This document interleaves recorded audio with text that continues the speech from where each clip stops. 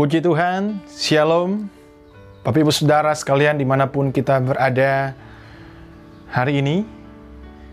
Kita selalu bersyukur untuk segala kebaikan, pertolongan Tuhan sepanjang minggu dalam kehidupan kita. Dan pada saat ini dalam ibadah minggu kita hari ini, kita akan sama-sama mau belajar kebenaran firman Tuhan yang akan terus menuntun, yang akan terus memimpin setiap kehidupan kita. Tapi sebelumnya, mari kita awali dengan doa bersama-sama.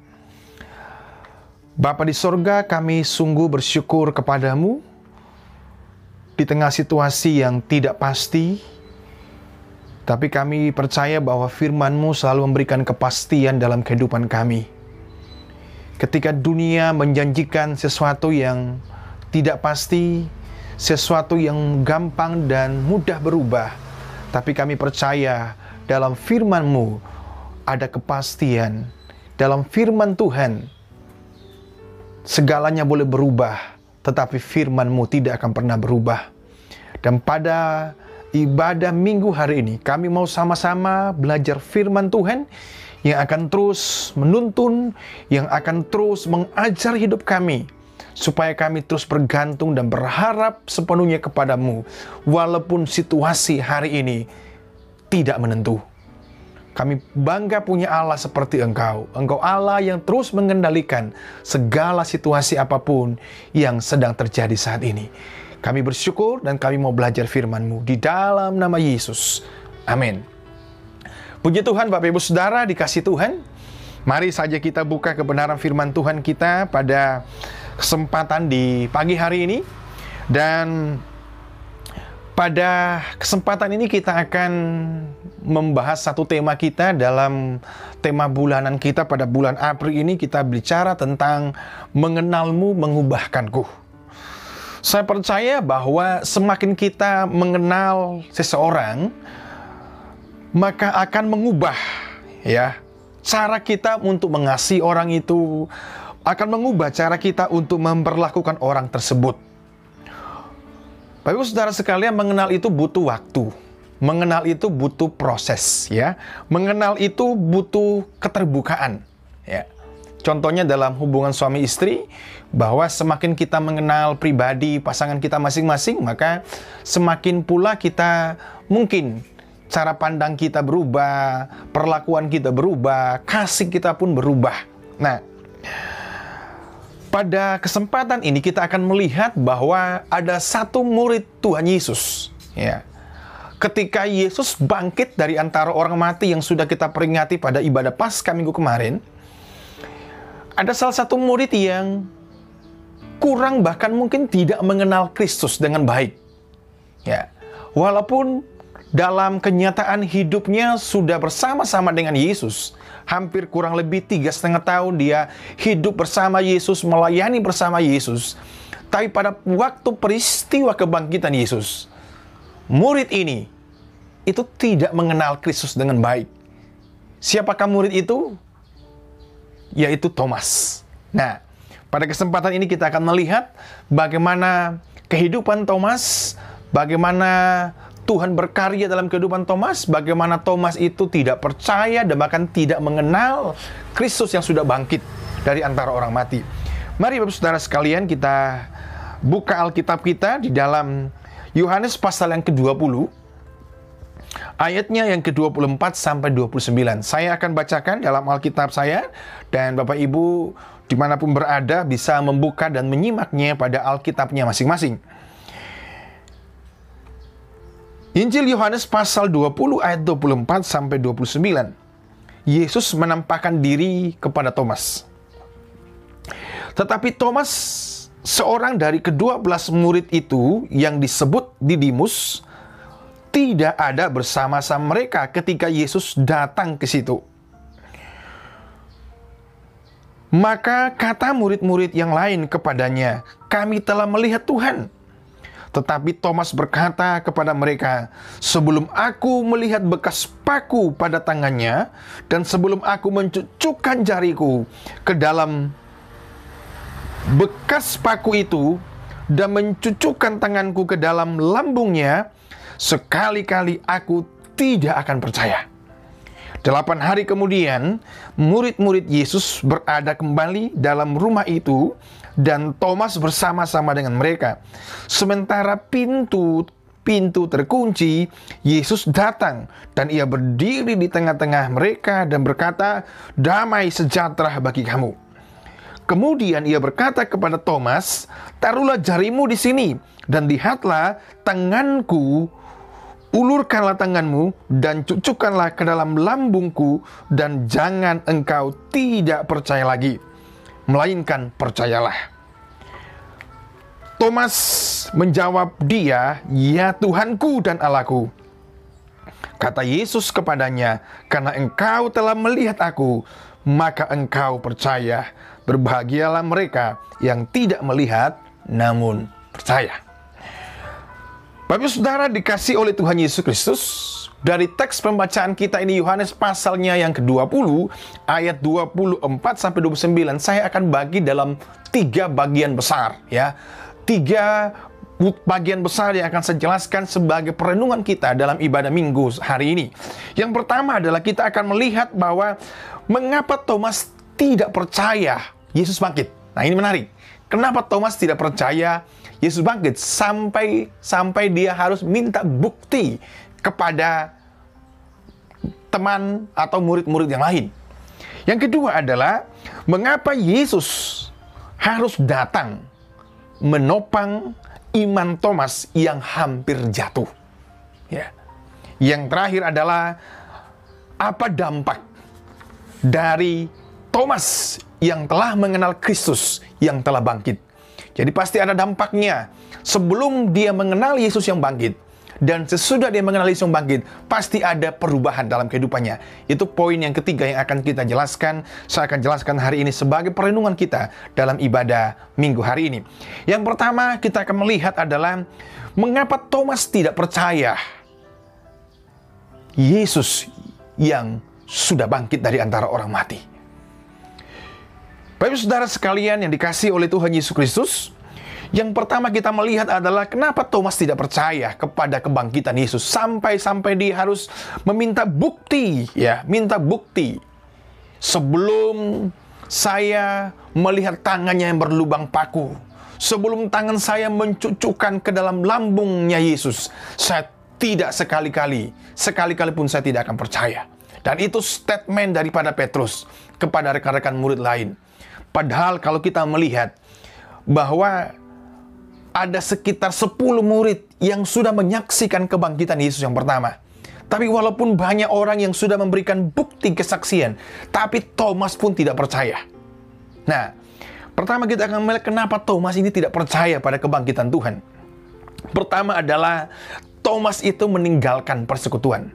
Kalau kita baca pada peristiwa penampakan Yesus sebelumnya yang sudah menjadi bahan khotbah saya pada Paskah kemarin, di ayatnya yang ke-24 ya. 24 saya akan bacakan. Tetapi Thomas, seorang dari ke-12 murid itu yang disebut Didimus, tidak ada bersama-sama mereka ketika Yesus datang ke situ. Jadi ketika penampakan Yesus yang sebelumnya ya, kepada 10 murid yang lain, itu Thomas tidak hadir bersama dengan murid-murid yang lain. Ya. Itu adalah persekutuan murid-murid yang pertama. Ini dalam suasana Paskah. Jadi mereka berkumpul, mereka ada persekutuan, mereka ada ibadah. Dalam persekutuan itu, tiba-tiba Yesus datang menampakkan diri dan memberikan damai sejahtera kepada murid-murid yang lain. Nah, sialnya adalah Thomas tidak hadir di situ bersama dengan murid-murid yang lain. Nah, ada yang mengatakan bahwa Thomas ini tidak hadir karena dia sudah, seolah-olah Thomas itu sudah putus asa, ya. Dia sudah putus asa.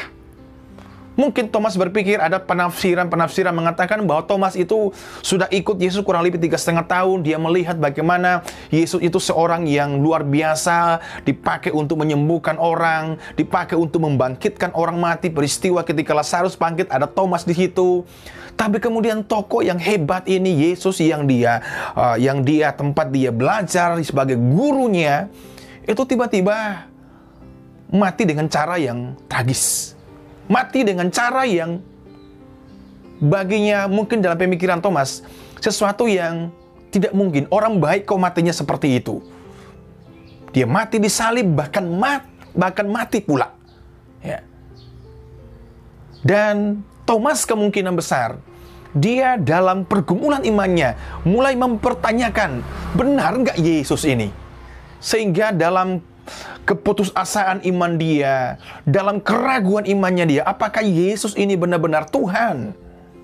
Sehingga dia meninggalkan persekutuan bersama dengan, ya, dia meninggalkan persekutuan, meninggalkan murid-murid yang lain sedang bersekutu ketika Yesus datang menampakkan diri yang pertama.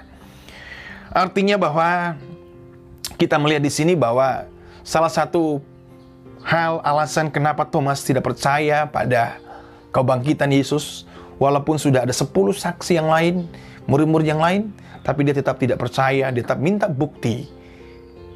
Artinya kita renungkan hari ini bahwa ketika kita meninggalkan persekutuan ibadah, ya, persekutuan keluarga, yang di dalamnya kita beribadah bersama-sama seperti hari ini, maka kita akan sulit untuk mengenal siapa Tuhan.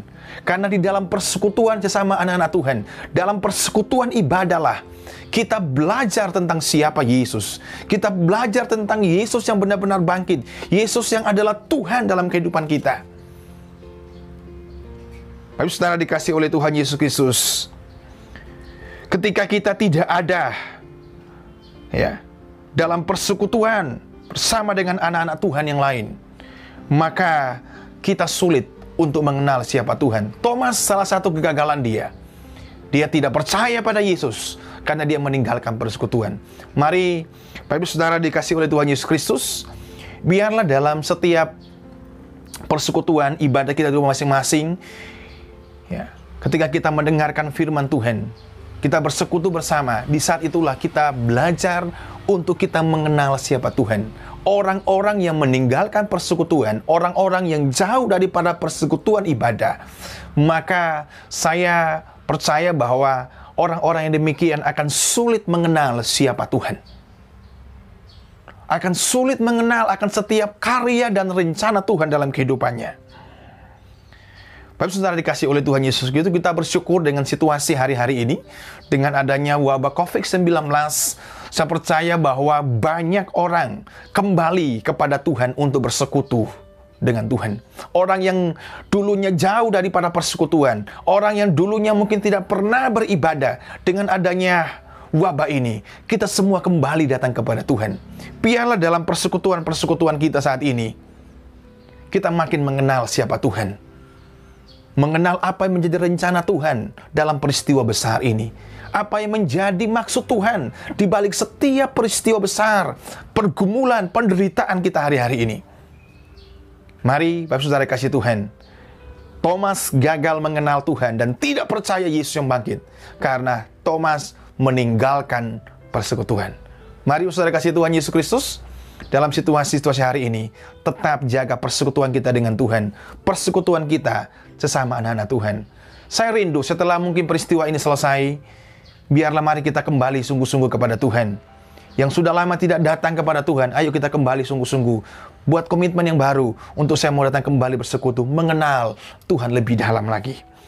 Bapak saudara dikasih oleh Tuhan Yesus Kristus, saya juga percaya begini bahwa Allah punya rencana secara global dengan adanya pandemik COVID-19 ini. Tapi saya juga percaya bahwa Allah punya rencana bukan hanya secara global, secara dunia dengan adanya COVID-19 ini.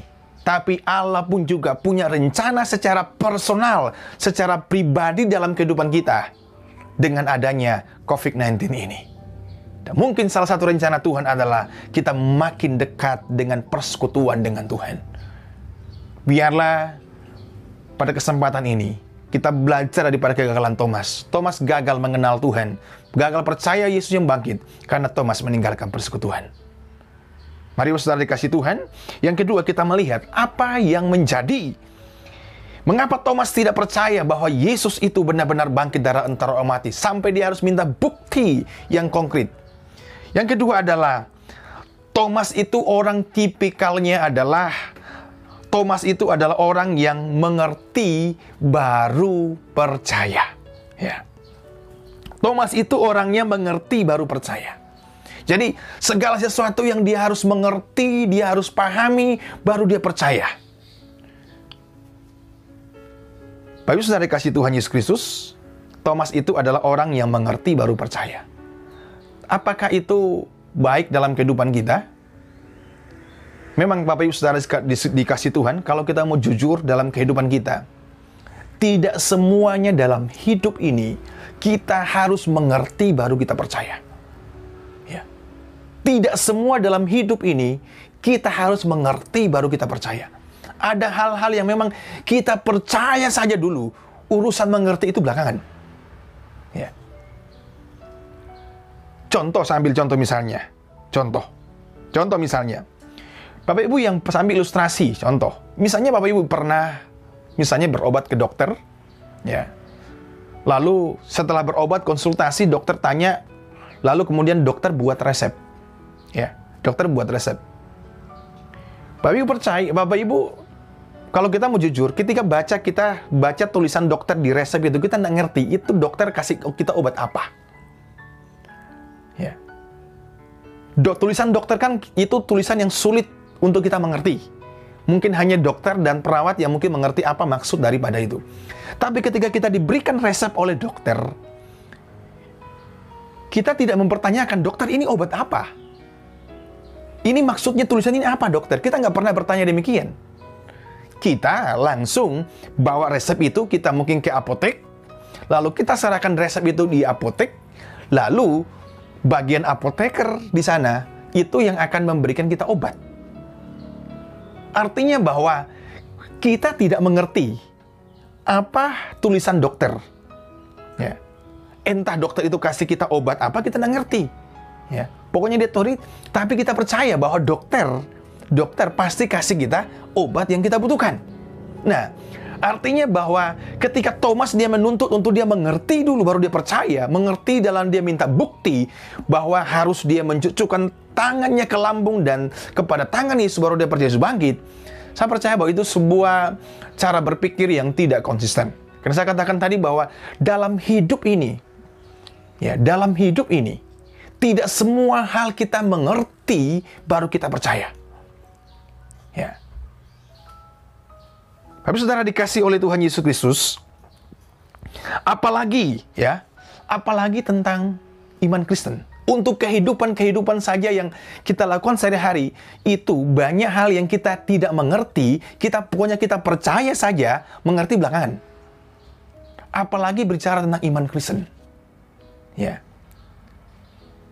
Kalau kita bicara tentang iman Kristen, ya, siapa yang bisa mengerti adanya pandemik COVID-19 ini? Tidak ada satupun orang yang bisa mengerti. Ini asalnya dari mana? Ini siapa yang buat? Ini virus ini mutasi dari hewan apa dan segala macam. Sampai hari ini orang masih dalam kebingungan meneliti. Tidak mengerti. Situasi hari ini, dengan adanya COVID-19 ini, kita tidak mengerti kenapa virus ini ada. Sehingga membuat kita harus berkumpul di rumah.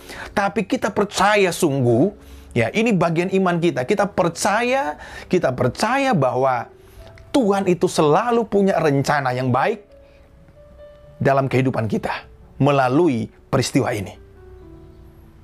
Nah, artinya bahwa saya mengatakan di sini bahwa Thomas itu orang yang dia mengerti dulu baru dia percaya. Saya katakan itu sebenarnya tidak konsisten. Ya. Jadi mari Bapak Ibu dikasih Tuhan Yesus Kristus, kita belajar bahwa dalam hidup ini banyak hal yang memang kita harus percaya dulu baru kita mengerti. Ya. Tidak semua hidup ini seperti rumus matematika. Kita tahu hitung-hitungan itu baru kita percaya. Tapi dalam iman Kristen, lebih banyak kita percaya dulu, baru kita mengerti. Bukan berarti iman Kristen tidak mengajarkan kita itu rasional. Rasional itu penting. Ya, menggunakan akal itu penting. Tetapi yang Alkitab tentang adalah menjadi seorang yang rasionalisme. Saya ulangi, memakai rasio itu penting, rasional itu penting, Tapi yang salah adalah rasionalisme. Rasionalisme itu yaitu adalah ketika kita mengandalkan akal budi kita, mengandalkan rasio kita lebih daripada firman Tuhan. Nah, jadi poin pertama kita melihat bahwa Thomas gagal percaya Yesus, gagal mengenal Yesus yang sudah bangkit.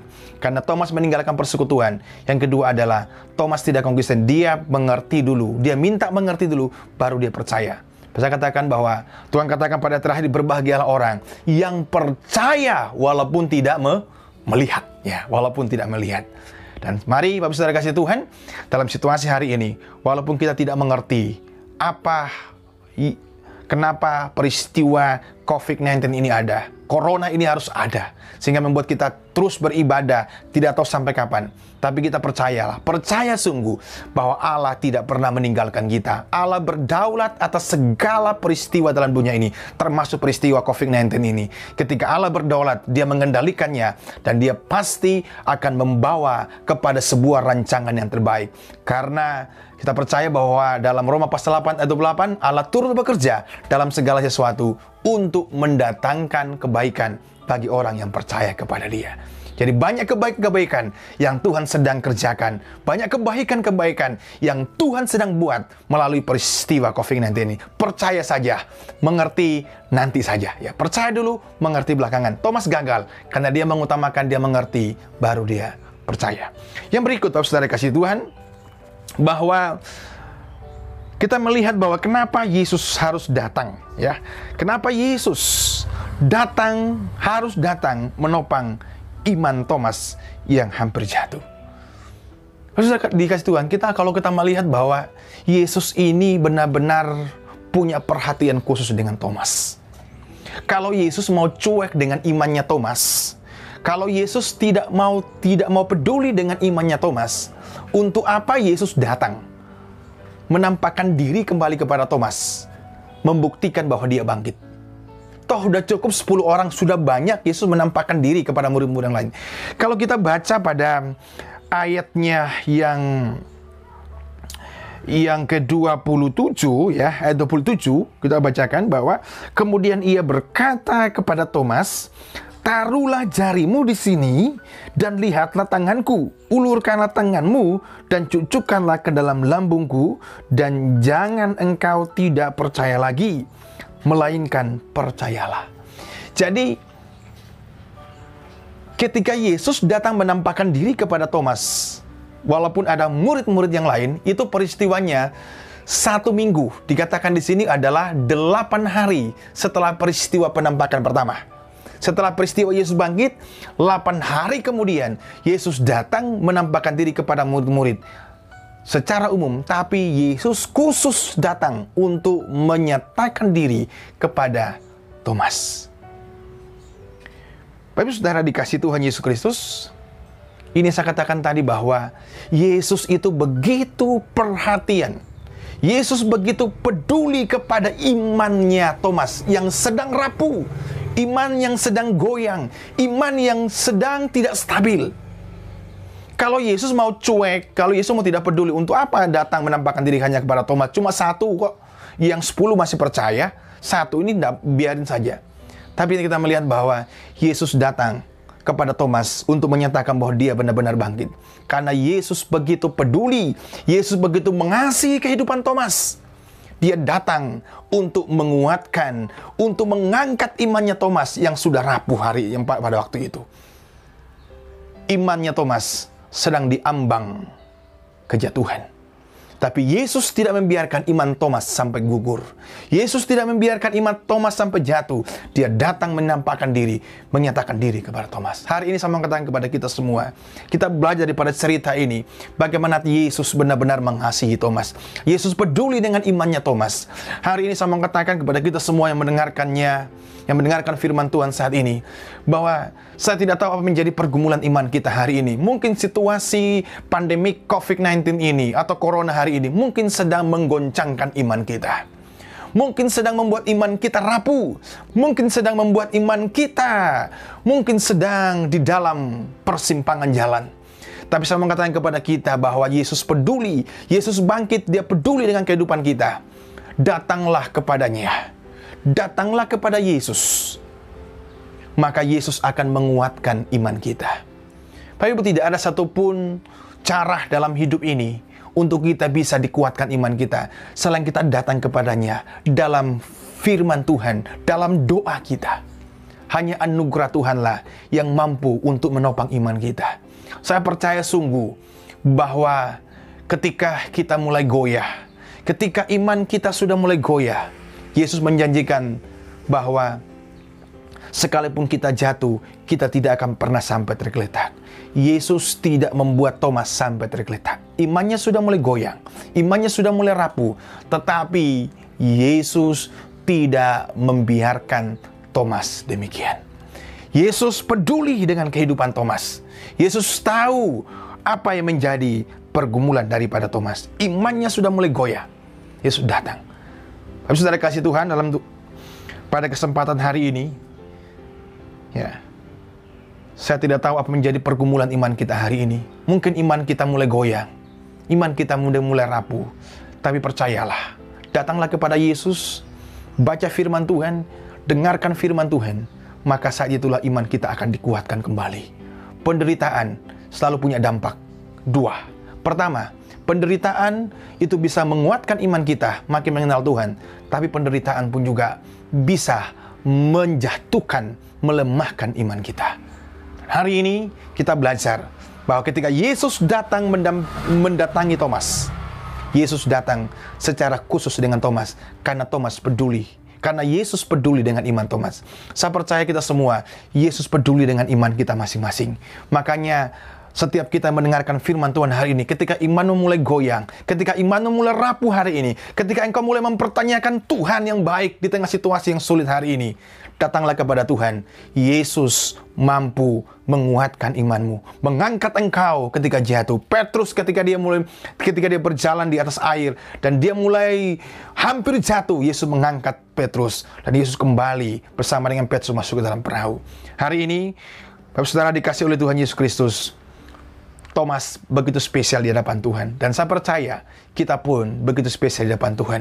Ketika iman mulai ragu, ketika iman mulai goyang, datanglah kepada Yesus. Hanya Yesus yang bisa menguatkan iman kita. Kalau kita berpikir, dosanya Thomas hampir sama dengan Petrus dan Yudas. Petrus menyangkal Yesus, tapi dia bertobat. Yudas menjual Yesus, dia binasa. Tapi sama dengan Thomas. Thomas juga dia tidak percaya kepada kebangkitan Tuhan. Itu adalah hal yang paling mendasar, Bapak Ibu. Ketika kita percaya, ketika kita tidak percaya kepada kuasa kebangkitan Tuhan, maka runtuhlah semua iman kita. Karena dari kebangkitan Kristus itulah, itu menjadi fondasi beriman kita. Karena Paulus mengatakan bahwa jika Kristus tidak dibangkitkan, maka sia-sialah kepercayaan kita. Sia-sialah kepercayaanmu.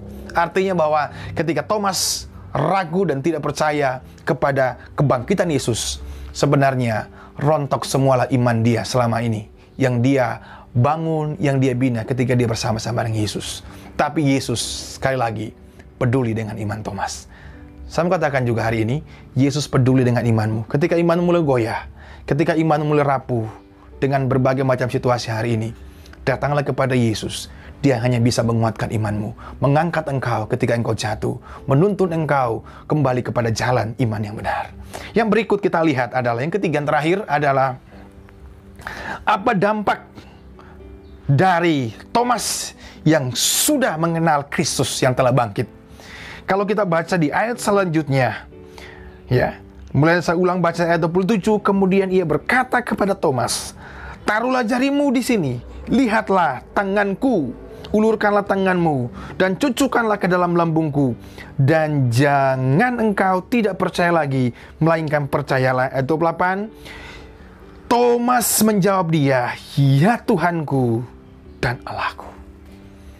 Setelah Yesus datang menguatkan iman Thomas, ketika Yesus datang mengangkat iman Thomas yang sudah hampir jatuh itu, ada satu respon yang Thomas katakan kepada Tuhan. Thomas berkata kepada Tuhan, ya Tuhanku, ya Allahku. Sebuah pengakuan yang luar biasa. Ada orang yang menafsirkan ayat ini ketika Thomas berkata, "Ya Tuhan, ya Allahku." Ini sebenarnya bukan sebuah pengakuan bahwa Yesus itu Tuhan, tapi mereka mengatakan ini adalah suatu bentuk seperti Thomas itu kaget ketika Yesus mau menunjukkan lambung dan tangannya, jadi seperti kayak orang lata, "Oh my God." Tapi tidak, Thomas tidak kaget. Tapi ini bentuk-bentuk pengakuan dari hati yang murni Thomas. Karena bagi tradisi orang Yahudi, ketika dia berkata Allahku, itu bukan sembarangan. Itu kata yang tidak sembarangan diucapkan. Ya, bukan kata yang main-main yang seperti kita kadang hari ini, oh kita sentuh sedikit, oh my God. Bukan. Tapi ini bentuk sebuah pengakuan dari hati Thomas bahwa Tuhan, Tuhanku dan Allahku. Hari ini Bapak Saudara dikasih Tuhan, bahwa dampak yang kita lihat daripada Thomas adalah ketika dia berjumpa dengan Tuhan, dia mengenal Tuhan, adalah dia mengakui Tuhan Yesus sebagai Tuhan dan Allahnya. Setelah iman kita dipulihkan oleh Tuhan, biarlah ada komitmen yang baru dalam kehidupan kita, bahwa apapun yang terjadi, situasi apapun berguncang, Yesus itu tetap Tuhan dan Allah kita. Dunia, bumi, dan langit akan berubah. Semua situasi ekonomi akan berubah. Tapi kita akan berkata seperti Thomas, Engkaulah Tuhan dan Allahku. Dan inilah sama katakan bagi kita bahwa setelah kita mengenal Yesus yang bangkit itu, ada suatu pengakuan komitmen hati kita bahwa langit dan bumi akan berlalu, langit dan bumi akan bergoncang, tetapi saya tetap mengakui bahwa Yesus adalah Tuhanku dan Allahku. Sebuah komitmen yang luar biasa yang diungkapkan oleh Thomas ketika Yesus datang mengangkat dia ketika dia hampir jatuh. Apa yang menjadi dampak daripada Thomas berikut adalah Thomas dipakai oleh Tuhan, dipakai oleh Yesus sebagai penginjil yang luar biasa. Bapak Saudara kalau dikasih oleh Tuhan Yesus Kristus, sejarah gereja mencatat bahwa Thomas setelah peristiwa Pentakosta di Yerusalem, Allah mengutus Thomas untuk dia pergi menginjili orang-orang yang ada di India. Dalam sejarah gereja dicatat bahwa sampai hari ini ada satu gereja besar di India yang disebut dengan Gereja Santo Thomas.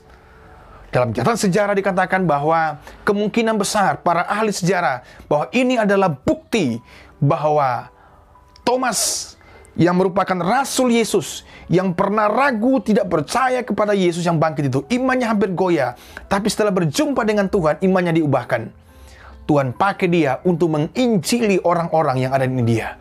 Sampai hari ini, Gereja Santo Thomas masih berdiri di India. Itu karya besar daripada seorang yang pernah ragu, seorang yang pernah tidak percaya, seorang yang pernah hampir jatuh, tapi Tuhan kuatkan imannya dia. Tuhan pakai dia menjadi seorang penginjil yang luar biasa. Dan Bapak Saudara kasih Tuhan Yesus Kristus, kemudian dalam sejarah gereja dicatat bahwa Thomas pada akhirnya dia mati di India dengan cara dia ditombak. Dia mati sebagai seorang martir. Luar biasa Thomas. Dampaknya setelah dia mengenal Tuhan yang bangkit itu, ada pengakuan Yesus adalah Tuhannya. Kemudian ketika dia mengaku itu, dia membuktikan melalui kehidupannya. Dia menginjil sampai ke India. Dan itu adalah karya daripada Thomas, seorang rasul yang ragu, seorang rasul yang hampir saja imannya jatuh. Bapak Saudara dikasih oleh Tuhan Yesus Kristus, pada kesempatan ini biarlah kita sama-sama merenungkan firman Tuhan. Kita belajar bersama bahwa ketika kita berjumpa dengan Tuhan, ketika kita mengenal Kristus, maka ada komitmen yang baru. Setelah ada komitmen yang baru, maka hidup kita pun akan berdampak seperti Thomas. Dipakai Tuhan dengan luar biasa. Hari ini saya mau katakan kepada kita semua, mari kenalilah Tuhan kita dalam situasi yang sulit hari ini.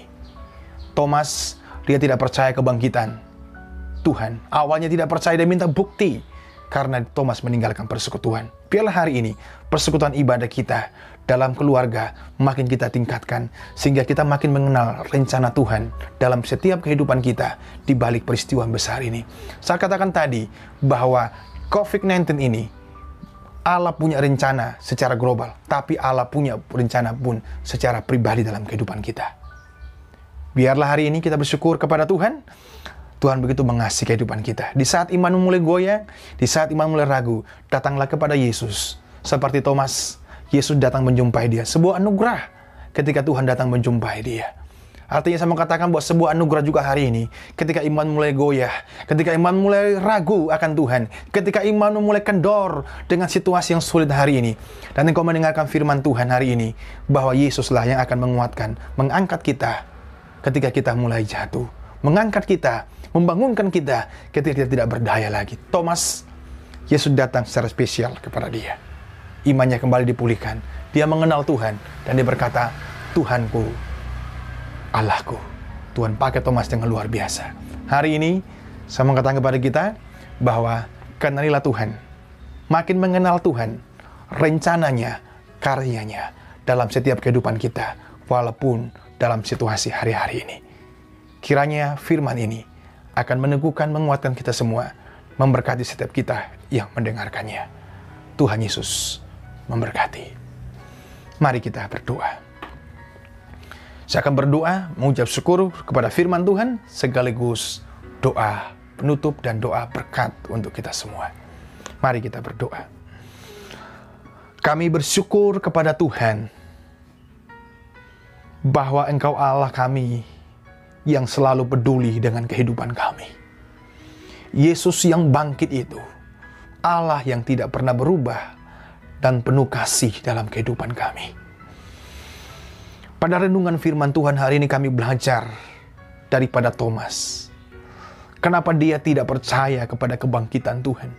Dia meninggalkan persekutuan bersama dengan murid-murid yang lain. Dia kehilangan berkat rohani karena dia meninggalkan persekutuan.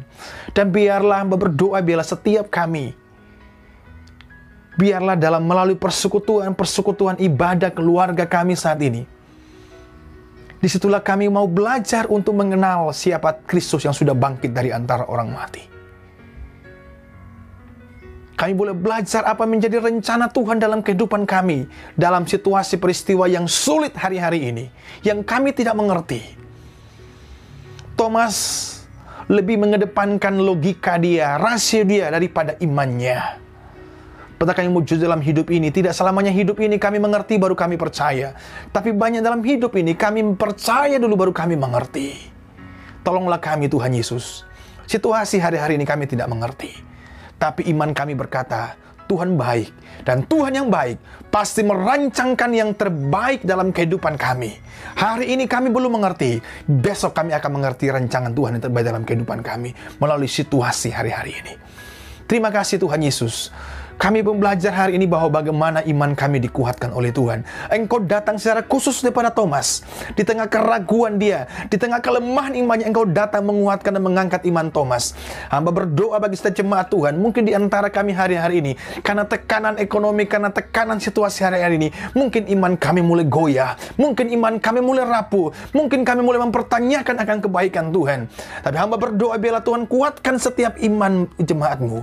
Sebagaimana Tuhan datang kepada Thomas, mengangkat dan menguatkan iman Thomas yang mulai rapuh. Hamba berdoa, kuatkanlah iman daripada setiap jemaat-Mu hari-hari ini. Setiap umat-Mu yang mendengarkan, kuatkan iman mereka. Sehingga walaupun situasi yang tidak pasti, situasi yang sulit hari-hari ini, tetapi kami akan tetap, iman kami akan tetap kuat dan percaya bahwa Tuhan punya rencana yang terbaik.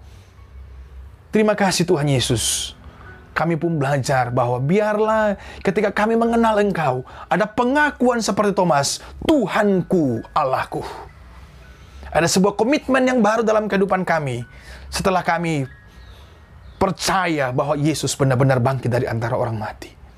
Komitmen itulah yang akan terus meneguhkan kami bahwa apapun yang terjadi, situasi boleh berubah, tetapi Engkau Yesus tetap Tuhan dalam kehidupan kami. Dan Engkau pakai kami menjadi Allah Tuhan yang luar biasa.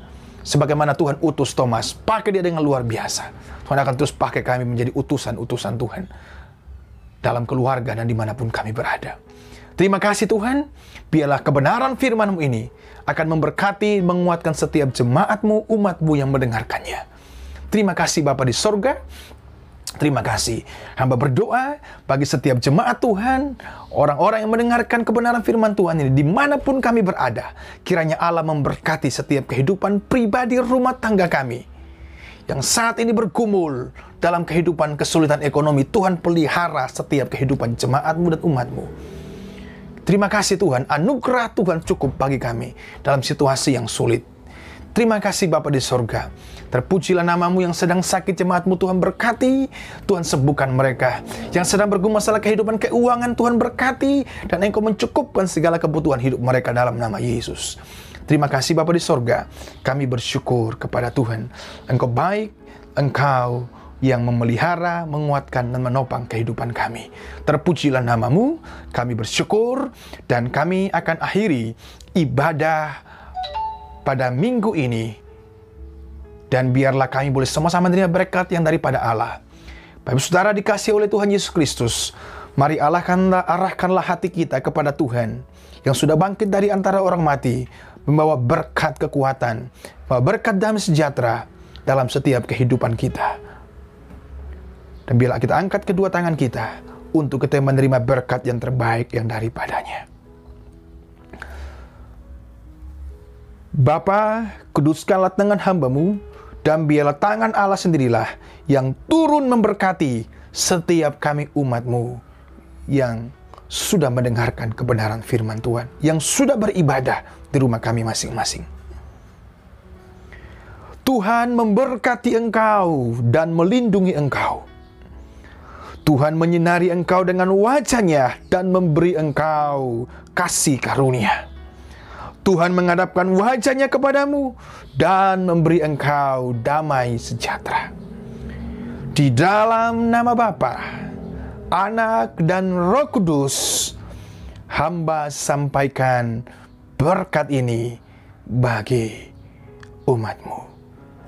Amin. Bapa, terima kasih.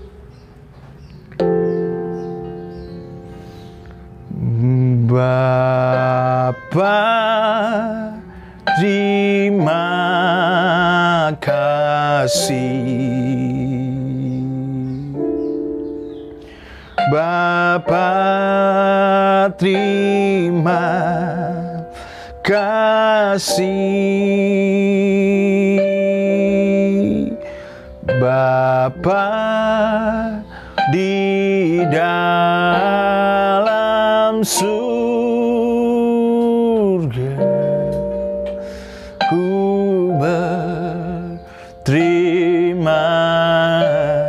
kasih. Amin.